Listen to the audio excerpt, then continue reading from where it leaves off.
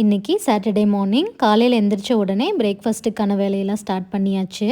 அம்மா கோயிலுக்கு போயிருந்தாங்க, அதனால் நான் மட்டும்தான் ரெடி பண்ணிட்டு இருந்தேன். எங்கள் வீட்டோட இந்த குறும்பு பையன் பசி தாங்க மாட்டான், அதனால் அவனுக்கு ஃபஸ்ட்டு சாப்பாடு கொடுத்துட்டு தான் எங்களோட பிரேக்ஃபாஸ்ட்டை நாங்கள் ஸ்டார்ட் பண்ணுவோம். அந்த குறும்பு பையனோட பேர் வந்து ஸ்காட். இன்றைக்கி ஏன் இவ்வளோ பசியாக இருக்கானா, நேற்று ஃபுல்லாக சார் சாப்பிடவே இல்லை.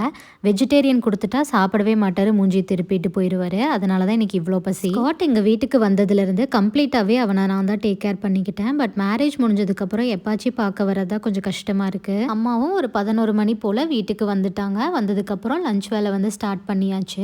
உருளைக்கிழங்கு மசாலா பெரட்டல் தான் ரெடி பண்ணிட்டு இருந்தாங்க. இது எப்போவுமே வழக்கமாக வீட்டில் செய்கிற பொட்டேட்டோ மசாலா மாதிரி தான்.